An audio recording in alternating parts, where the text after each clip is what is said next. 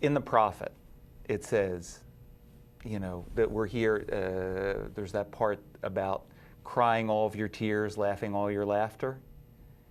And you just acknowledged how there isn't just positive, there's negative, so to speak, there's both sides. So to me, it would seem that, my experience, here's my experience. I had a separation a number of months ago, and I actually experienced the tears opening my heart. And it was a beautiful experience. So that's what Well, I realize that, but I worked with a lady who had her son and her husband drowned in the tsunami and two of her best friends. Mm-hmm. She was in the water under there almost drowning herself and watched them die. Mm-hmm. I worked for her. She called me in on a radio show there, and I worked with her for 3 hours and 20 minutes. And it was clear. Remorse was gone, bereavement was gone, everything else. She went out and got her hair dyed. She was 69 years old. Mm-hmm. Her hair dyed. She actually started working out. She got a guy who was 48 years old and started dating somebody very quickly. Mm-hmm. And she went on with her life. Mm-hmm. I worked with a lady named Laura, who was in South Africa, who had a husband die 27 days earlier. And we took longer than normal. It took 5 hours to dissolve that, where she was able to go out, and then she brought her son over to dissolve the stuff that him. Worked with a lady the other day who had been, her husband had been stabbed and then shot right in front of her. And that was pretty traumatic for her. So she was under therapy and everything else. I had to work with her for 4 hours and dissolved everything about it, all the trauma and everything else, doing this Demartini method process. When you put and balance out your perspective and actually have what I call true gratitude and love for the whole person, and not minimize yourself compared to a fantasy and a pedestal you put people on, you don't have remorse.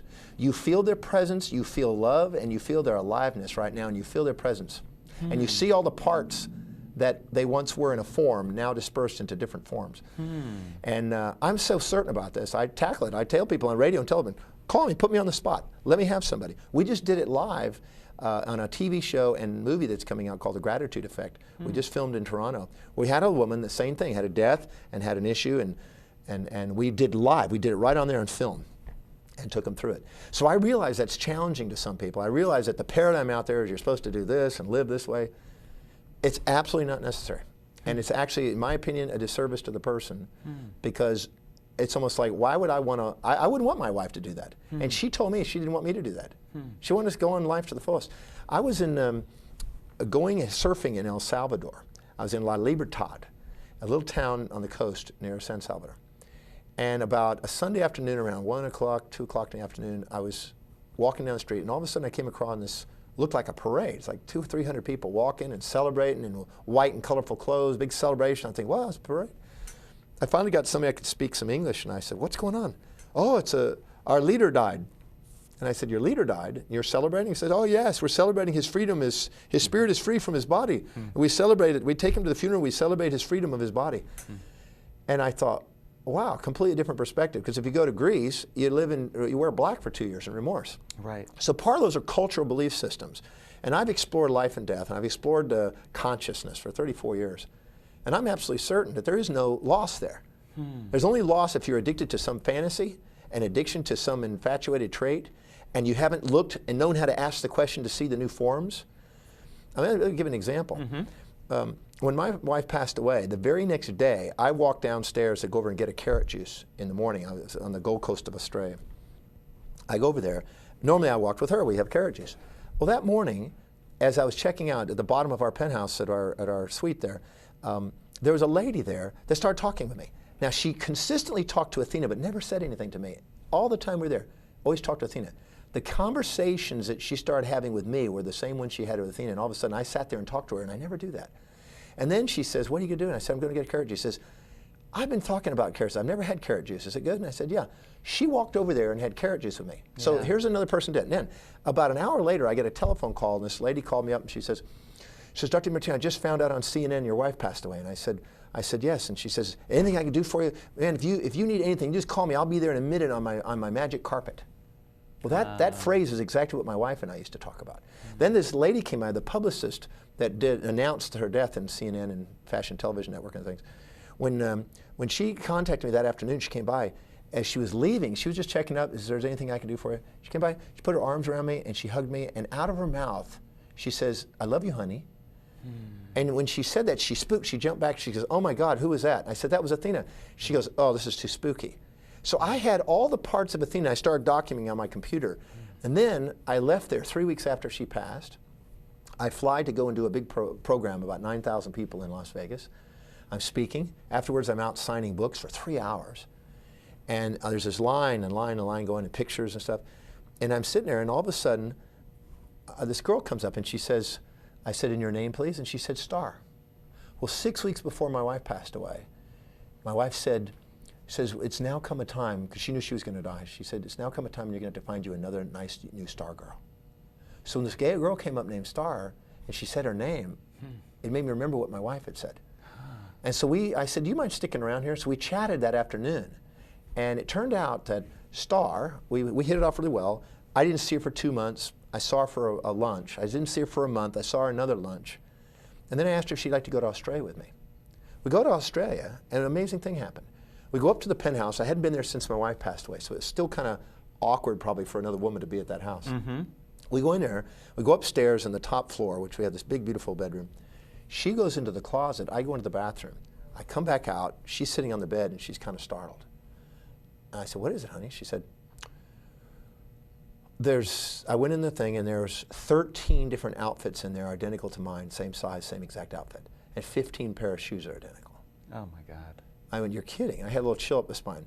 We found out that all the makeup, all the eyeliner, all the lips, everything was the same. The china was the same. The crystal we had are the same.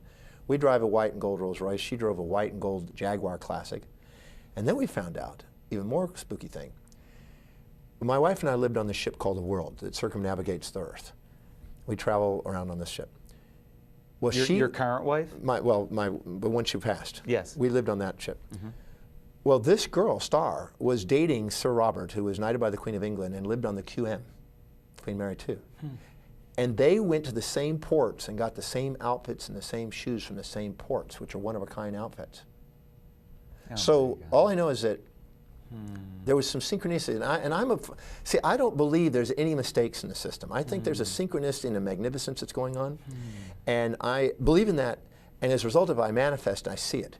So I always say that anything that I think is missing, I look again, I look for the new form it's in, because it's in a form that I may not recognize. And anytime somebody leaves or somebody dies or whatever, I always look for the new form quantitatively, and then I neutralize it qualitatively so I can see and adapt. Because stress is the inability to adapt to a changing environment, and love is a total adaptation to all environments. And I always say that love is the synthesis and synchronicity of all complementary opposites, and we're surrounded and bathed and permeated by a universal love. And if we keep our eyes open and know how to equilibrate our mind and keep the questions flowing into a balanced state, we're graced. And there is no gain or loss. I feel the presence of my wife just this minute. Right now, I can feel her presence. And I don't feel loss. I feel love. And so whether she's in that form or the earlier form or whatever is not what it's about. It's the presence of the Spirit. If you close your eyes, you could be in a bed next to somebody and feel a million miles away, or you could be across the world from somebody and have them right next to you. It's a perception of the mind. And I think we sometimes are caught in our mortal perspectives instead of our soul perspective. I can't think of a better place to close the show. That's really the essence of it all, is to be able to experience that. I have a word for it, grace or perfection. I always say when we have humbleness to divinity, we are provided certainty for humanity. And that's when our will and divine will are one.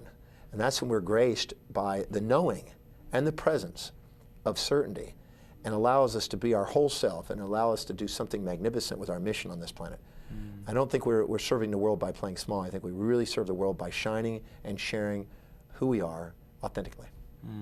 Thank you so much for being on the show, John. No, thank you. Thank you so very much. That's it for this episode of Life on Maui, and hope you enjoyed the show. I sure did. And welcome back to the next one. And until then, aloha.